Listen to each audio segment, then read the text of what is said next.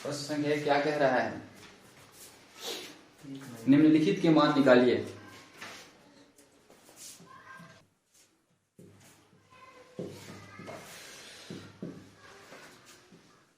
निम्नलिखित के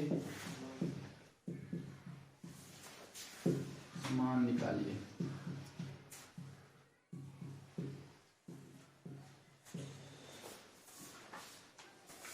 पहला क्या है? पहला बोलो बाबू। साइन 60 डिग्री है। कॉस 30 डिग्री कॉस 30 डिग्री है। Plus sign 30 degree sine 30 degree है। कॉस 60 डिग्री कॉस 60 डिग्री है। बहुत आसान है इसका सॉल्यूशन में चलते हैं। अब आप लोगों को कुछ नहीं करना है, जो मैंने टेबल बताया हुआ था उस टेबल से बस और बस मान रख देना है, इसमें पुट कर देना है। कोई मुश्किल सवाल नहीं है। जो टेबल में बता चुका हूँ वो टेबल आप भी नोट कर लीजिएगा उस टेबल को। तो उस टेबल से क्या करना है, साइन 60 का वैल्यू बताओ बाबू। सोच समझ के बोला करो। √3/2। कॉस 30 का वैल्यू बताओ। वही होगा जो साइन 60 का होगा। √3/2 साइन 30 का वैल्यू बताओ टेबल से। 1/2 और इंटू में कॉस 60 का वैल्यू कॉस 60 का 1/2 ही होगा। समझ पा रहे हैं आप? अब सुनिए, मल्टीप्लाई कराइए इसका। √3 इंटू √3 तो √3 का स्क्वायर हो जाएगा और 2 इंटू 2 का स्क्वायर 2 गुना 4 होगा ना। प्लस में 1 गुना 1 कीजिए 1 ही होगा, 2 गुना 2 कीजिए 4 हो जाएगा। स्क्वायर से कर कैंसिल। समझ पा रहे हैं आप? 3/4 हो गया और 1/4 हो गया प्लस में। हर समान है, ऊपर वालों को जोड़ दो। 3 + 1 बटा में हो जाएगा 4। एलसीएम में लोगों तो वही कहानी। अब क्या होगा, 3 1 4 बटा में 4 बराबर में आंसर। नोट करना है जिसको कर सकते हैं। इसी सवाल को मैं थोड़ा सा चेंज कर रहा हूँ। चेंज क्या करूंगा, cos 60 है जो cos 60 डिग्री है उसको पहले लिख देता हूँ और sin 30 को बाद में लिख लेता हूँ। तो cos 60 को पहले लिख देता हूँ, समझने की कोशिश कीजिएगा, और sin 30 को बाद में लिख दिया मैंने। कुछ हमने किया, अरे भाई 2 गुणे 4 या 4 गुणे 2 बात तो बराबर है। अब मुझे एक फार्मूला पता है, वो फार्मूला क्या है देखिएगा। sin A cos B plus में cos A sin B हो जाता है sin A प्लस B।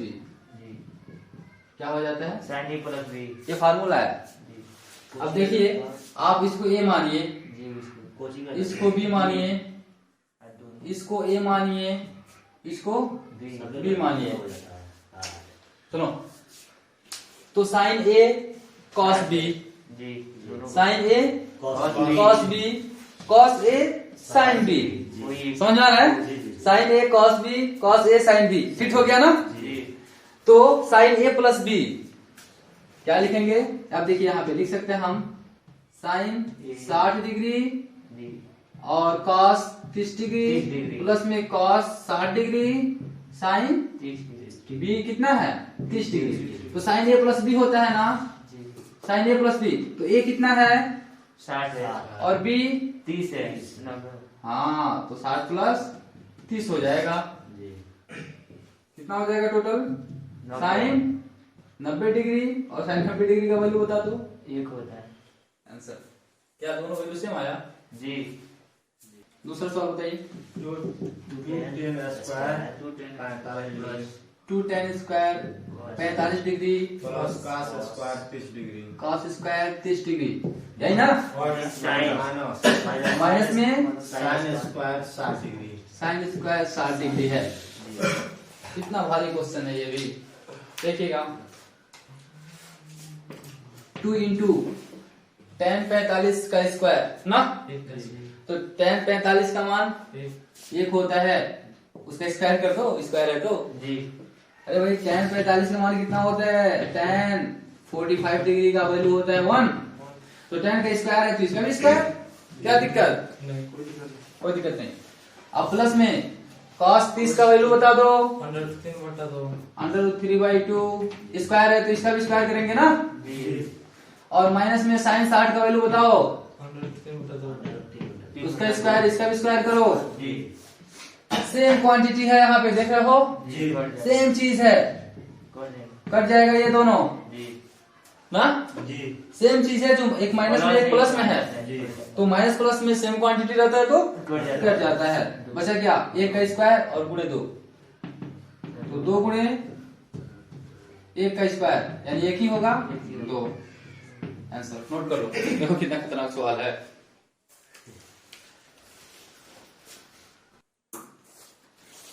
तीसरा बताइए आप लोग क्या है, मिटा दूं? दूसरा है cos 45 डिग्री बटा sec 30 degree plus cos 30 degree. तीसरा है cos 45 डिग्री cos 45 डिग्री बटा sec 30 degree sec 30 degree plus cos 30 degree. cos 30 degree 30 degree, इसका निकालना है ना। जी चलते हैं सॉल्यूशन में।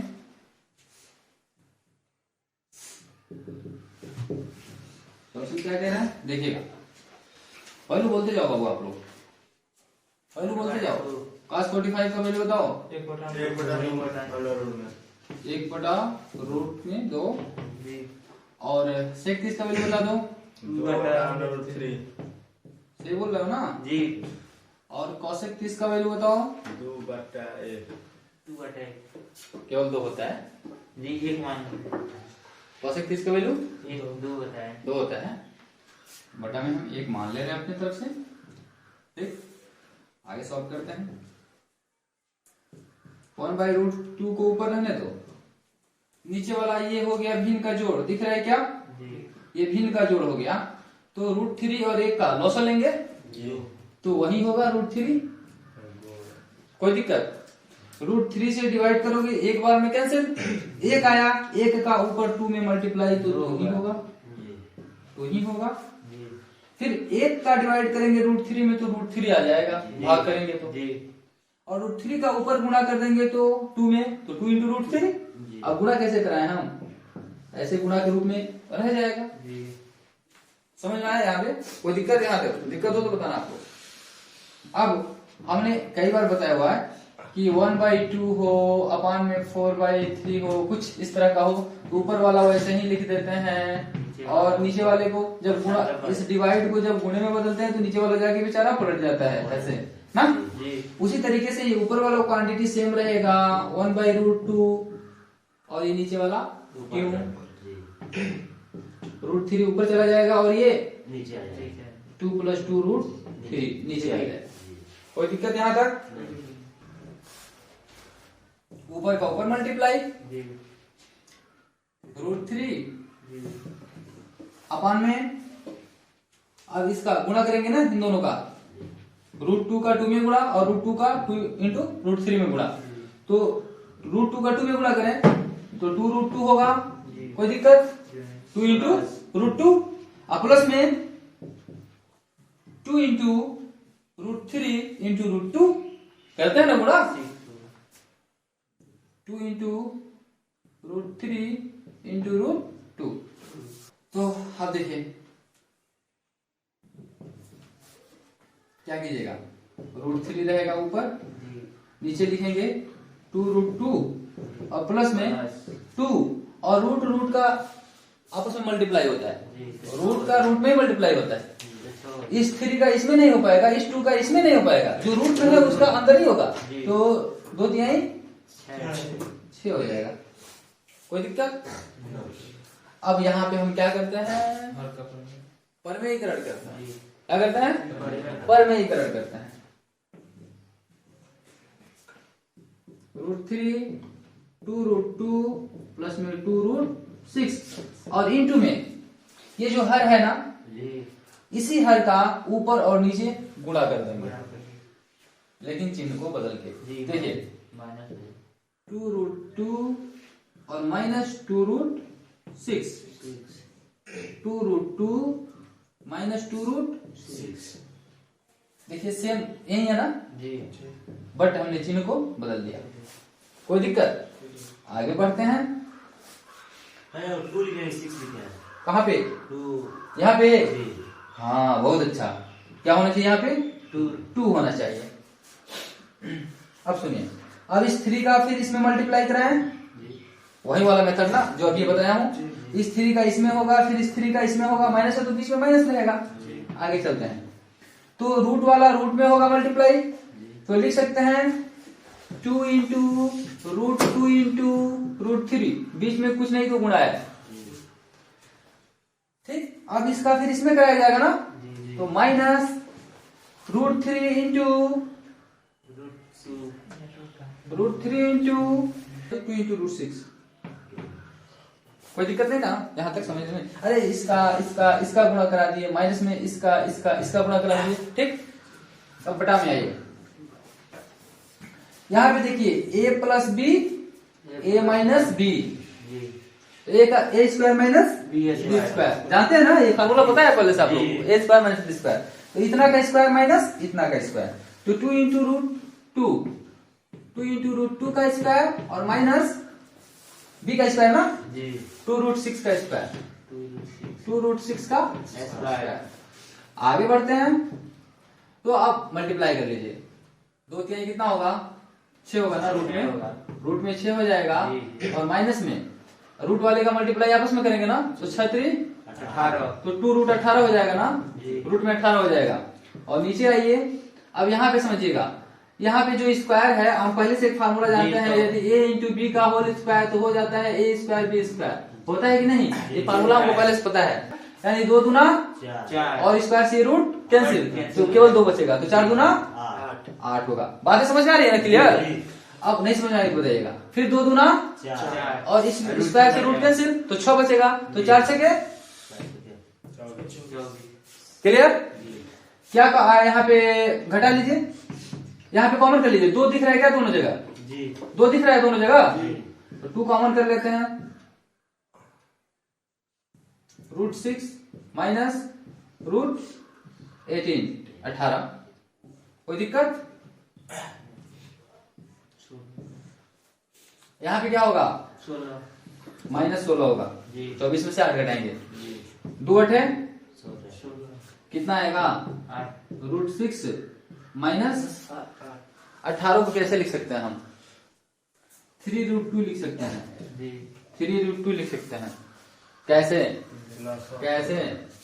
18 को आप तोड़ दीजिए, दोनों 18, 3 3 का 9 और 3 का 3, तो लिखेंगे 2 गुणे 3 गुणे 3, जी। ऐसे ही ना, बराबर 18, यानी रूट में 18 की जगह पे आप लिख सकते हैं क्या?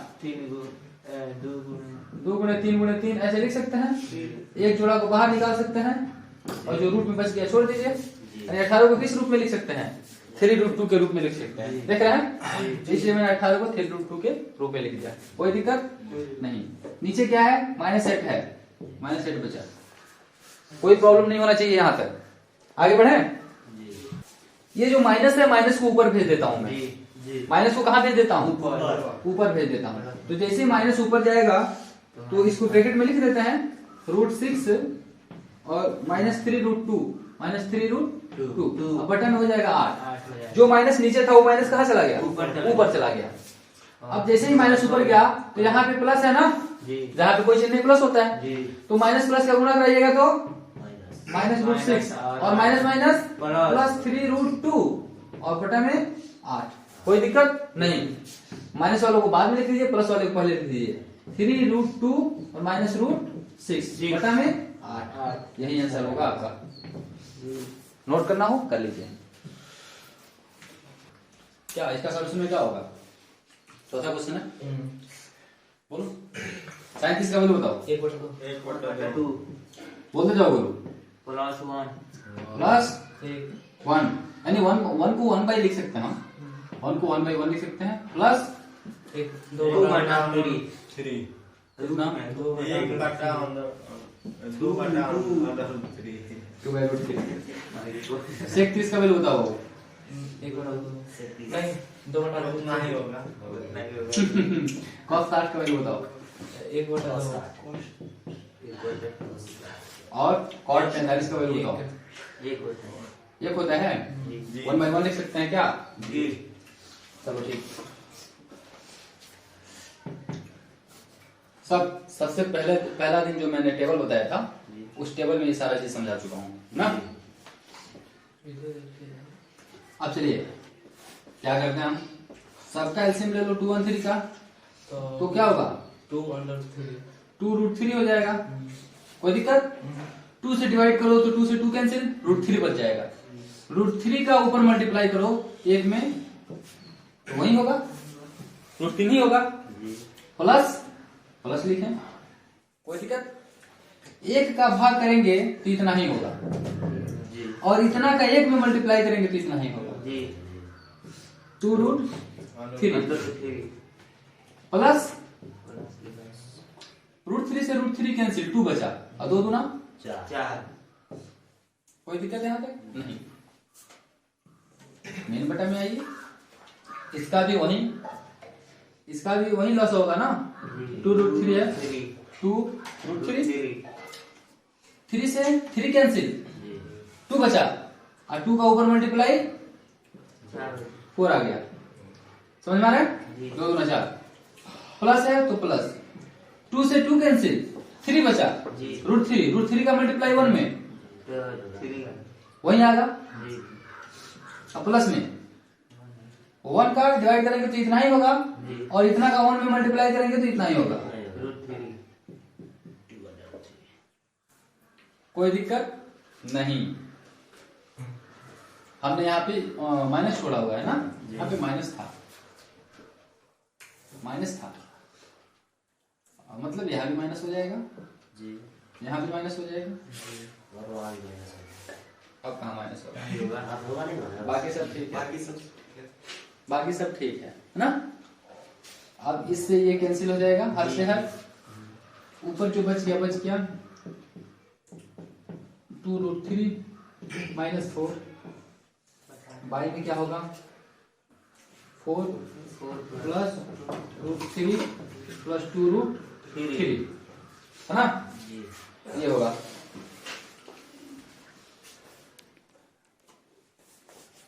अच्छा आगे देखते हैं। यहाँ पे देखना, √3 को लड्डू मान लेते हैं कुछ देर के लिए, तो यहाँ पे 1 लड्डू है ना, और यहाँ पे कितना लड्डू है? 2 लड्डू है, तो टोटल कितने लड्डू? 3 लड्डू हो गए, तो 3 लड्डू क्या, और -4। इसी तरीके से यहाँ भी 1 लड्डू, यहाँ भी 2 लड्डू, तो कितना लड्डू? 3 लड्डू, और प्लस में 4 लिख दे क्या?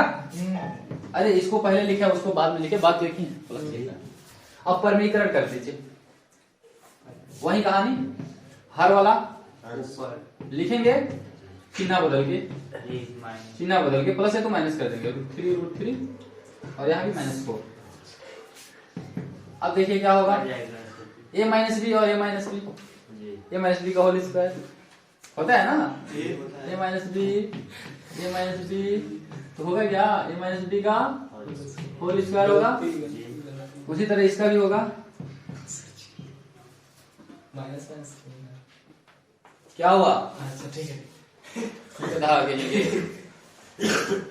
a - b का होल स्क्वायर होता है ना, तो यहाँ भी a - b का होल स्क्वायर होगा।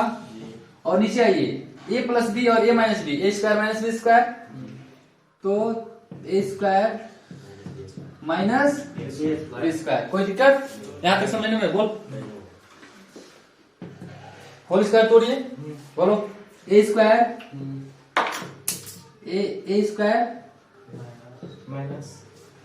नहीं प्लस प्लस b² - 2ab हो गया, 2ab। कोई दिक्कत?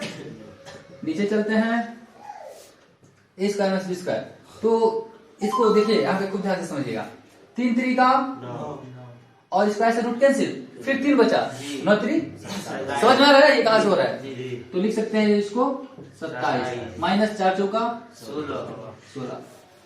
आगे सॉल्व कर लिया जाए। यहाँ भी 3 3 का इससे कैंसिल, 3 बचा 27 ना, 9 3 27।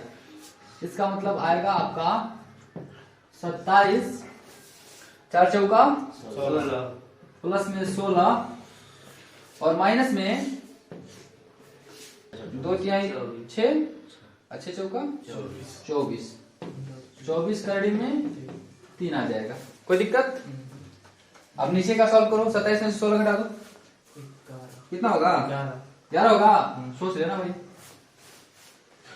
सोच लेना आप लोग, जी ठीक है। 11 होगा। अब 27 16 को जोड़ दो, 47 हाँ 43 माइनस में 24 √3 बाई 11। आंसर आंसर यही है। चलो ठीक है, फिर नोट कर लीजिए इसको। चलिए, तो पांचवा क्वेश्चन हम लोग है 5 cos square 60 degree, 4 sec square 30 degree है और 10 स्क्वायर 45 डिग्री। बटा में क्या है? Sine square sin square 30 degree plus cos square 30 degree. बोलो जो, हाँ सॉल्व करते हैं इसको। 5 गुणे 1/2 का स्क्वायर, कितना? 1/2 का स्क्वायर। 1/2 का स्क्वायर। चलिए ठीक है, cos 60 का वैल्यू होता है 1/2 और स्क्वायर है तो स्क्वायर कर दिए। प्लस में 4 है ना, तो 4 गुणे sec 30 का वैल्यू कितना होता है? 2/√3। स्क्वायर है तो स्क्वायर कर दिए। माइनस में tan 45 का 1 होता है, स्क्वायर है तो स्क्वायर कर दो। बटा में 1/2 का स्क्वायर प्लस में 2 3 कड़ी में 3 बटा घड़ी में 3 बटा 2 का स्क्वायर। बहुत भारी सवाल, देखो कितना भारी सवाल। 1 का स्क्वायर 1 ही होगा, 2 का स्क्वायर, अरे वाह। अब प्लस में 4 गुणे 2 का स्क्वायर और करड़ी में 3 का स्क्वायर, स्क्वायर से करड़ी कैंसिल, तो केवल 3 हो जाएगा। समझ में आ रहा है ना? और माइनस में 1 का स्क्वायर तो 1 ही रहने दो। अब बटा में आ जाओ, 1 का स्क्वायर 1 ही होगा, 2 का स्क्वायर 4 हो जाएगा, प्लस में करड़ी में 3 का स्क्वायर यानी स्क्वायर से करड़ी कैंसिल, केवल 3 होगा। अब बटा में 2 का स्क्वायर 4 हो जाएगा। बगल में चलते हैं। तो 5 गुणे 1 ऊपर कर देते हैं गुणा, 5/4 हो जाएगा ना, 5/4 हो जाएगा। और प्लस में 4 चौका बटा में 3 और माइनस में 1/1 कर ले क्या, कोई दिक्कत है? 1/4 और 3/4। अभी मैं बताया हूँ, जब हर समान हो, ये भिन्न एक जोड़ हो गया ना, ऊपर वालों को जोड़ दिया जाता है ना, अभी मैं बताया हूँ। तो हर तो समान है तो 4 रहने दो और ऊपर वाले को जोड़ दो, 1 + 3 हो गया। आगे चलते हैं। 3 और 4 का लॉसा ले लो, 3 4 1 का सबका लॉसा लो, तो कितना होगा? 12 मान लेता हूँ, कितना? 12, 4 3 12, 3 5 15 होगा। अच्छा, प्लस में 3 चौका 12 और 16 चौका कौन 32 कह रहा है? और माइनस में 1 से 12 में डिवाइड करो 12 ही होगा, 12 से 1 में मल्टीप्लाई करो तो 12 ही होगा। और नीचे में आओ तो 3 1 1 3 4 होगा ना, और 4/4, ये तो ट्यू हो गया, कैसे हो गया? नीचे खत्म, कहानी केवल इसकी बची ना। तो ये क्या होगा? अब जोड़ो, 15 और 64 जोड़ दो,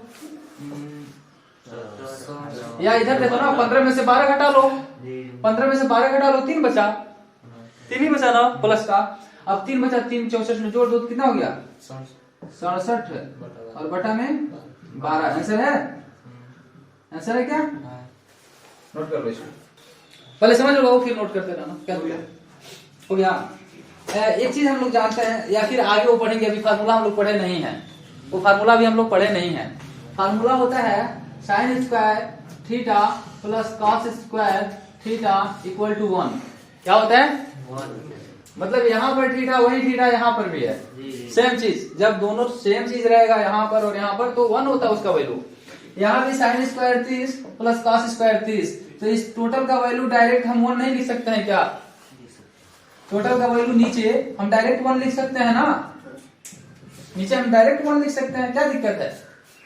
समझ में आ रहा है? क्योंकि हमें फार्मूला से पता है sine square theta plus cos square theta equal to 1 होता है, तो हम डायरेक्ट इसकी जगह पे 1 लिख सकते हैं। आखिर में तुम हल किए हो तो हल करते करते 1 ही तो आया है, 4 एकम 4 कट के, और डायरेक्ट हम कर सकते हैं। इसका मतलब 1 लिखो और नीचे तुम चाहो तो इसको भी मिटा के 1 लिख सकते हो, तुम चाहो तो इसको भी मिटा करके 1 लिख सकते हो, और यहाँ पे ऑलरेडी 1 तो है ही, आ ही गया। 1 नीचे नहीं लिखा जाता, चाहो तो सब गायब कर सकते हो, कोई मुश्किल नहीं है, कोई दिक्कत। ये भी हमारा मेथड है, डायरेक्ट हम वैल्यू पुट कर सकते हैं, तो भी देखो वही आएगा, कोई दिक्कत नहीं।